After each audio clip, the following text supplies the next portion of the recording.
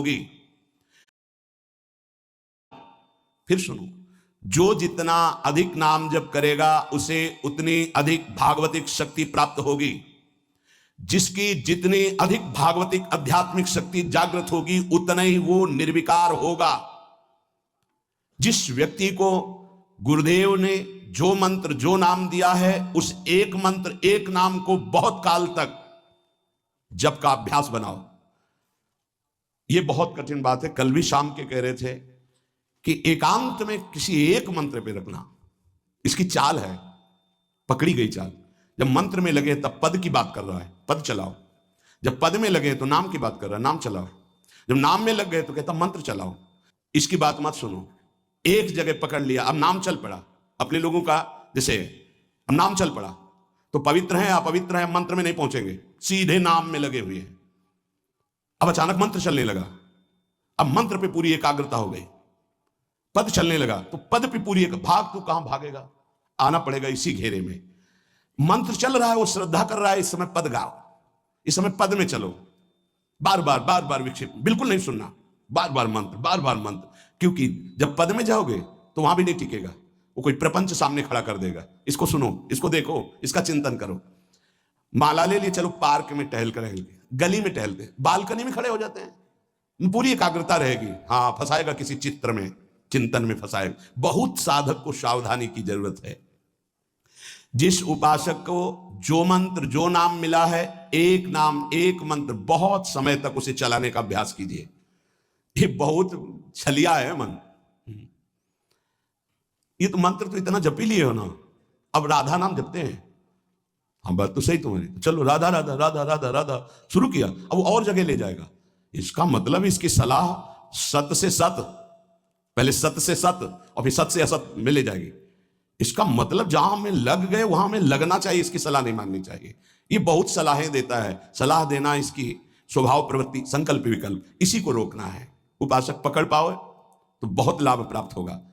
सब इस समय हमें ये नहीं देखना कि मानसिक से कितना लाभ है, उपांशु से कितना, ये सब बातें मत देखो। अरे वाचिक से 10 गुना उपांशु, उपांशु से 100 गुना मानसिक, ये गुना उना हमें नहीं चाहिए। इस समय हमें भगवदाकार वृत्ति करनी है। हमें कोई लाभ हो हानि हो गुना से मतलब नहीं। वहां जपने से इतना लाभ, वहां जपने, हमारा केवल लक्ष्य है प्रभु का स्मरण। पकड़ो बात। अब वो अगर मानसिक नहीं हो रहा तो उपांशु आते हैं, उपांशु नहीं हो रहा तो हम वाचिक आते हैं, वाचिक नहीं हो तो हम कीर्तन करते हैं। छोड़ेंगे नहीं, तुम्हें बख्शेंगे नहीं। अनन्य चेता सततम, हमें सतत अनन्य चित्त को अपने आराध्य देव में जोड़ना है। लोगों की त्याग वृत्ति अधिक है, वो बहुत जल्दी सिद्ध होता है। पकड़ो, जो पुरुषार्थ तो करता है पर साथ में भोगों को भी भोगता है, उसकी आसक्ति भजन में नहीं हो पाती, वो आगे नहीं बढ़ पाएगा जब तक वो अपनी वृत्ति को सुधारेगा नहीं।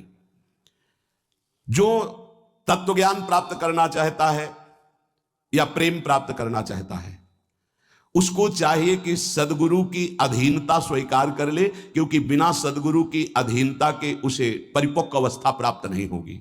जो सदगुरु बतावें नियम दे उनका अक्षरशः पालन करे। जब सदगुरु की कृपा से अधिक जप होने लगता है तो शरीर के परमाणु नामाकार मंत्राकार हो जाते हैं। जैसे आपको सत्संग में याद हो बताया कि पूज्य बाबा श्रीधर जी के जब चरण चापने 8 बजे रात्रि के जाते थे तो चरण स्पर्श करते ही ऐसा लगता मशीन फिट हो गई हृदय में, मंत्र ऐसे चलने लगता। तो अधिक समय बाबा की समीपता में बिताने की कोशिश करते, पर वो जब एकदम भाव में डूब जाते तो अपने लोग छोड़ के चल देते थे, विक्षेप ना पहुंचे उनको। बड़ी उत्तम अवस्था पूज्य बाबा की, बड़ी उत्तम अवस्था। भजन और दैन्यता, ये 2 जीवन में उनकी बहुत जोर की थी। कहीं कोई किसी भी तरह का अभिमान नहीं, और दैन्यता की मूर्ति और भजन के तो इतने भूखे कि रात दिन करने पर जो वैष्णव जाए उससे यही भिक्षा मांगते थे, राधा रानी से प्रार्थना कर दो कि थोड़ा भजन बन जाए। यहां थोड़ा भी भजन नहीं बनता और हम कहते हैं भजनानंदी, और वो भजनानंदी और वो कह रहे हैं कि थोड़ा भजन बन जाए। क्या भजन से प्रीति है उनकी। अधिक जप करने से शरीर के परमाणु मंत्राकार नामाकार हो जाते हैं। बड़ा प्रभाव है महापुरुषों के स्पर्श का। जीवन भर के लिए बात समझ में आ गई कि महापुरुषों का शरीर पांच भौतिक नहीं होता, वो दिखाई देता है भजन और लीला चिंतन के प्रभाव से दिव्य लीला में हो जाता है। अधिक जप करने से शरीर के परमाणु मंत्राकार हो जाते हैं, नामाकार हो जाते हैं। सच्ची हम जीते ही उनकी चरण रज से, उच्छिष्टामृत से, उनकी करुणा कृपा से ही हमारा जीवन है, चाहे परमार्थ में चाहे स्वार्थ में, गुरुदेव की कृपा से ही। जो नाम है इसमें सूचि असुचि, पवित्रता पवित्रता, समय कुसमय, स्थान कुस्थान, इसका कोई विचार नहीं है। लेकिन मंत्र में इसका विचार, मंत्र नहीं चला सकते कि शौचालय में बैठे मंत्र जप रहे हो, या आप लघु शंका करते हुए मंत्र जप रहे हो, या आप शौचालय लघु शंका से निवृत्त होकर पवित्र नहीं हुए, वही कपड़े जो शौच में वही आप, नहीं, ऐसे नहीं, फिर आपकी बुद्धि विकारग्रस्त हो जाएगी। ये महापुरुषों के निर्णय है। जो नाम जप करता है, भगवान नाम कीर्तन करता है, तो उसमें निश्चित भाव जागरण होता है। पर हमारी प्रार्थना है, निवेदन है, पूज्य बाबा कह रहे, असलियत में जब तक तुम्हारे अंदर कोई भाव तुम्हें बेशुद्ध न कर दे तब तक कोई नाटक मत करना। अरे बड़े भावुक हैं भाई, ऐसे से ऐसा रोना, चिल्लाना, बेसुरा बोलना, नाचना, गिर पड़ना, मूर्छित हो जाना, असलियत में ये सब भाव आते हैं। जब अधिक नाम जप नाम कीर्तन, तो ये सब जागृत होता है। अगर ईमानदारी से जागृत नहीं है तो कोई इस भाव का नाटक न करे, बाबा कह रहे, नहीं तो दम्भ रोग लग जाएगा आपके भजन में और वो आपको पतित कर देगा। अत्यंत बड़े हुए भाव के आवेश में जब आपको स्मृति ना रहे तो दूसरी बात, नहीं आप कभी ऐसे भावों का प्रादुर्भाव दिखावा ना करें, नहीं तो दम्भ लग जाएगा। भाई मैं तुमसे बहुत एकांतिक बात कहता हूं कि एक आदमी ध्यान करे और एक आदमी नाम जप नाम कीर्तन करे तो थोड़े समय में तुम देख लेना कि नाम जपक और नाम कीर्तन करने वाले की आध्यात्मिक उन्नति कितनी जोर की हुई है। पूज्य बाबा साक्षात ब्रह्म हैं। इन्हीं की कृपा प्रसाद से पूज्य पंडित गया प्रसाद जी महाराज ब्रजमंडल के सिद्ध महापुरुष, इन्हीं को गुरुदेव के रूप में वर्ण करके ऐसी उच्च अवस्था प्राप्त की थी कि गीता वाटिका से भाई जी और राधा बाबा परम प्यार दुलार आदर पूज्य पंडित गया प्रसाद जी का करते थे। देखो कलयुग को बहुत खराब बताया गया है, पूज्य बाबा कह रहे, युग है भी इसमें बहुत दोष, परंतु हम आपसे कहते हैं कि कलयुग बहुत महिमामय भी है। बड़े बड़े ऋषि मुनि देवता याचना करते हैं कि मुझे कलयुग में जन्म मिले। क्यों?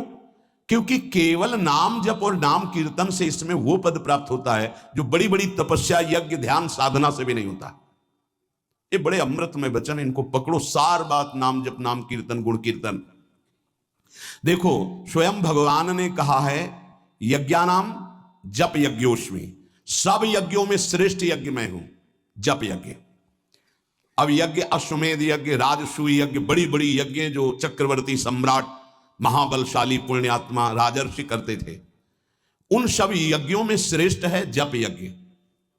देखो इस जप यज्ञ में ना तो शुद्ध घी की आवश्यकता है, इस जप यज्ञ में ना तो मंत्रवेत्ता ब्रह्म ऋषि की आवश्यकता है। यज्ञ में बड़ी जानकारी